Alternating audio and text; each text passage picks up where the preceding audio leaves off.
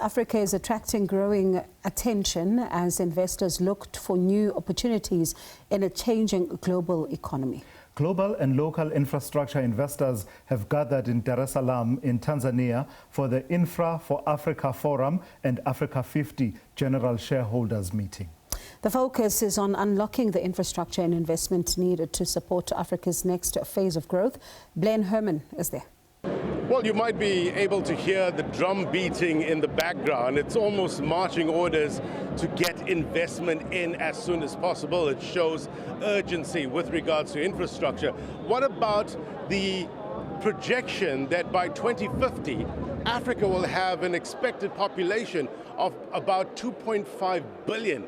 That means the investment clock is ticking. What does that mean in terms of trade, in terms of infrastructure? Let's get a better mind into the conversation and bring in Wamkele Mene, who is the Secretary General of the African Continental Free Trade Area. Sir, good to have you on the program. Firstly, talk to us about an importance of such a gathering, especially when we deal with infrastructure as it relates to trade.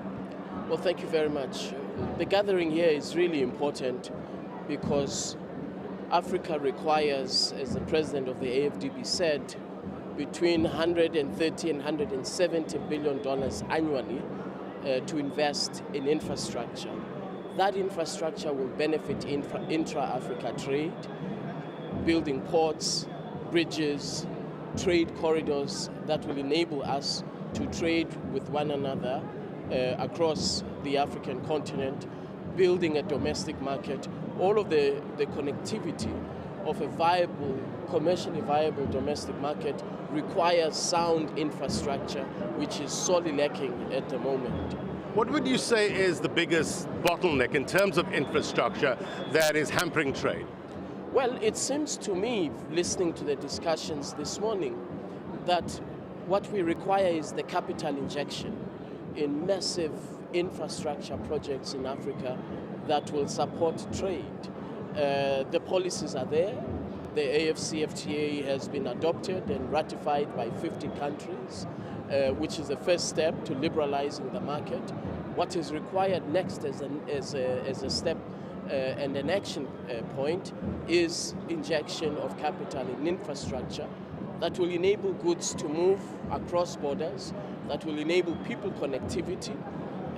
This is a very, very important priority to inject, deploy capital in the right infrastructure to support trade. One of the big conversations in the continent, and if not that, the world, is how do we create jobs? How do we create sustainable jobs? I wonder, in terms of infrastructure development, trade, how do we create those African jobs and African produced goods? Well, if we invest in our industrial development, if we invest in value addition, in processing in Africa, if we eliminate the export of of unprocessed commodities, we have an opportunity to create jobs. Special economic zones, for example. If we have a targeted deployment of capital to build special economic zones that focus on production, industrial development, we have an opportunity to create those jobs. And we see examples of this, by the way. If you go to Gabon, you will see a special economic zone that produces thousands of jobs. If you go similarly to Benin, there's a special economic zone, a $2 billion facility that has been financed by our development finance institutions, processing copper into cotton into finished garments. These are the kinds of investments that create jobs, that enable us to trade in value-added production, and to, most importantly, to improve Africa's industrial competitiveness. Wamkele Mene, thank you very much indeed for your time. Thank you. Thank you for having me.